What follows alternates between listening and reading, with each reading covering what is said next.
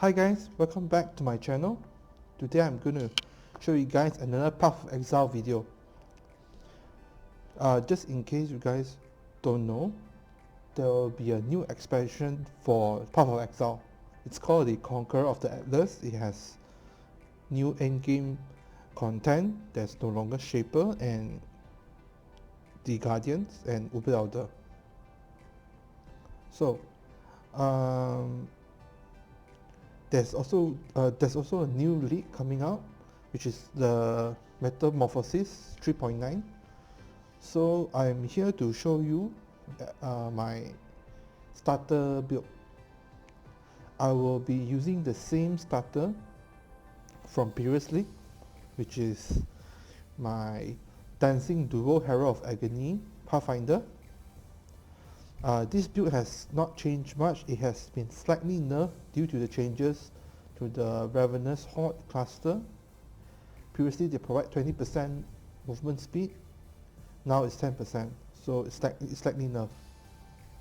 And also the support gem Feeding Frenzy, it has been nerfed from 24% more damage while you are Feeding Frenzy to only 15%. So it's not that great anymore, but we will use another support gem instead of the Feeding Frenzy. So let's just go through what the build does. The build main clearing skill would rely on the Dancing Duo.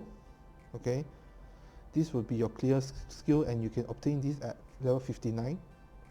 The unfated version, which is the Dancing Dervish,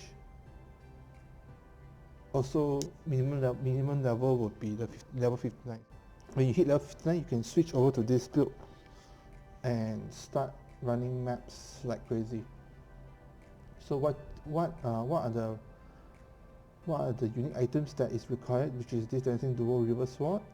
This is the fated version. You need a prophecy to upgrade the Dancing Dervish to Dancing Duo.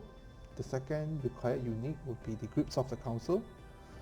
These gloves provides you with 20% of physical damage as extra cold damage. This is for the minions. This is how we scale our minion damage. The next required item would be the Riding Jar. This is to start the rampage and to maintain the rampage. I will recommend 2 of these flasks, and the last one would be the Golden Rule. Okay, let's go to the tree. So the tree has not changed much since the last patch. I'm sure that there's not much changes, so you can just follow the previous tree. This will be updated to 3.9. So what you should do while leveling is you grab Caustic Arrow at level 1 and use it to level 12 and switch to Toxic Rain, and grab Hero of Agony grab Hero of Agony at level 18 and you clear all the content with Toxic Rain and Hero of Agony. So how your skill tree would progress as you leveling is to come down here to grab the life nodes, then you path up to the Scion Life Field, the Constitution node, then you path up all the way to Spiritual Command, then you move to Spiritual 8. So once you have Spiritual 8, you will have okay damage from your Toxic Rain and your Hero Agony will be strong. So while you're leveling, just rely on a 4 link or a 5 link Hero of Agony. That will be sufficient enough. Yeah, your main build comes together after level 60 because the unique gloves is level 60. But prior to that, actually you can start using Hatred with Generosity already to increase your Hero of Agony damage. So basically that's just it lah. So since we're using Hero of Agony, let me tell you how we apply our poison stack. So the skill that we're using is Stormbrand. So Stormbrand linked with faster casting, lesser poison and poison. So spells can't poison unless they have physical damage or chaos damage. So Stormbrand originally can't poison, so we have this lesser poison, which gives us 1 to 2 chaos damage, and this enables the Stormbrand to poison. So we have 100% poison, which is very good. And let me tell you the reason why I chose Stormbrand to apply our poison. Stormbrand is a very easy skill to use. You can just place it down and it attach to the enemy. It will start attacking the enemy. And if you have the Runebinder keystone, you can have 2 brands attached to the enemy, so it's twice the attack rate. So applying poisons, the important thing to note is how fast you can attack the enemy. One Stormbrand hits 3.5 times per second, so it's 3.5 stacks per second. So if you have 2, it will be 7 stacks per second. So these 7 stacks is actually not enough to maintain the Herald of Agony virulent stacks at 40. While the stacks at 40, it degenerates very fast. So to combat this degen, we opt for the unique item that I have mentioned, the Golden Rule. So this unique jewel enables you to poison your enemies, and the poison is also reflected to you. So essentially you're poisoning twice. When you're in a boss fight, you're poisoning the boss 7 times and poisoning you 7 times. So total will be 14 times. So you generate 14 stacks per second. You will be constantly at 39 and 40 stacks. Very, very stable sustain for your virulent stacks. And while your Stormbrand is applying your poison, you can just run around and dodge the enemies. So basically, this is how we apply the poison. So the way we scale our damage would be the Grips of the Council and our Hatred here, paired with Generosity, and finally augmented by the Elemental Equivalent, because we have 58% of cold damage and is 44% total of for a portion of is 44% of our total damage. So by reducing the cold damage resistance of our enemies, you can gain a lot of damage. So we use our Stormbrand, which is a which has lightning damage, to apply our elemental equilibrium to our enemies. Enemy was hit by light damage, so they get minus 50% base cold resist, condition not hit by cold, condition not hit by fire, and hit by lightning. This elemental resist reduction is not being hampered by the boss tag. Because if you are a boss, if you use curse to reduce the elemental resist, it has less effectiveness. So elemental equilibrium is very strong if you use it correctly. So back to the gear.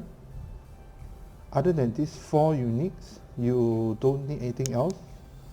All your gear would be just rare gear with life and resist to cover everything, and if possible, grab some minion movement speed on your accessories, and get a 20% reduced flask charges use belt. This will ensure your Worm Flask to be able to use 4 times, which is very essential when you try to start the rampage.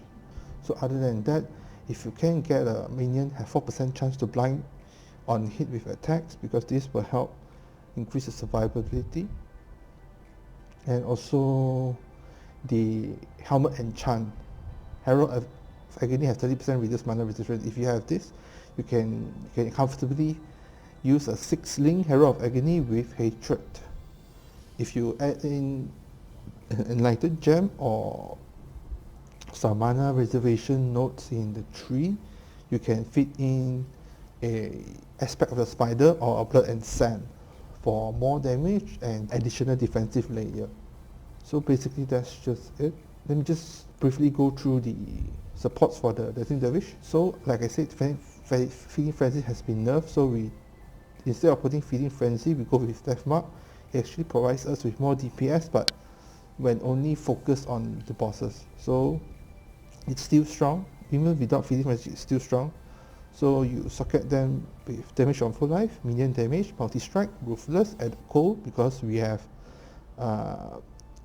the elemental equilibrium minus 50% cold rest, so added cold will actually benefit us a lot, and death mark for your 25% more damage and 24% more damage when it's attacking your death mark enemy that you have put it on. So this will be the 6 support gems that I will recommend. As for Herald of Agony, you link with Pierce to help clear. During boss fight, you can switch it out for something else, probably Vile Toxin or Death Mark. Come back to the support gems. Herald of Agony link with Pierce, minion, damage from full life, features projectiles, and maim. 60% of your Herald of Agony damage is still physical damage, so this support actually helps a lot. This one can be swapped out with Empower if you want, or when you have level 4 Empower, it gives more damage than main. So these are the two main skills. Let me just show you the DPS. This is Shaper DPS. Currently, Herald of Agony with all the buffs up would deal 821k Shaper DPS, and our Dancing Dervish almost 200k per Dancing Dervish. So if you add this up, you will roughly have 380k DPS. So it's roughly about 1.2 million Shaper DPS. So it's enough for clearing all in-game content. Of course, it's not super strong that you can just delete bosses in 1 second, but it's enough for you to clear the content. And with the Stormbrand playstyle, you have a lot of leeway to move around and to dodge spells and to cast Enduring Cry, to Flame Dash. It helps you learn how to dodge as well. So this is a very safe build because you can dodge mechanically, and if you fail to dodge mechanically, you still have a 54% attack dodge chance and 44% spell dodge chance. This is one of the defensive layers, so this is a pretty safe build. Other than those one shots, you would rarely die in this build. So yeah, for the flask, other than the Riding Jar flask, you would have to get a Staunching flask, which is to remove bleed, and a Curse Immediate flask to remove all the pesky curses that you have. So we don't need any Shock, Freeze, and Ignite flask because our Ascendancy provides us with elemental ailment immunity. So that's basically it. If you guys have any questions, please don't hesitate to ask. If I forgot to mention anything, I apologize in advance. Thank you very much for watching, and I will see you guys next time. いただきます。おるさまおいしい。どういたしまして。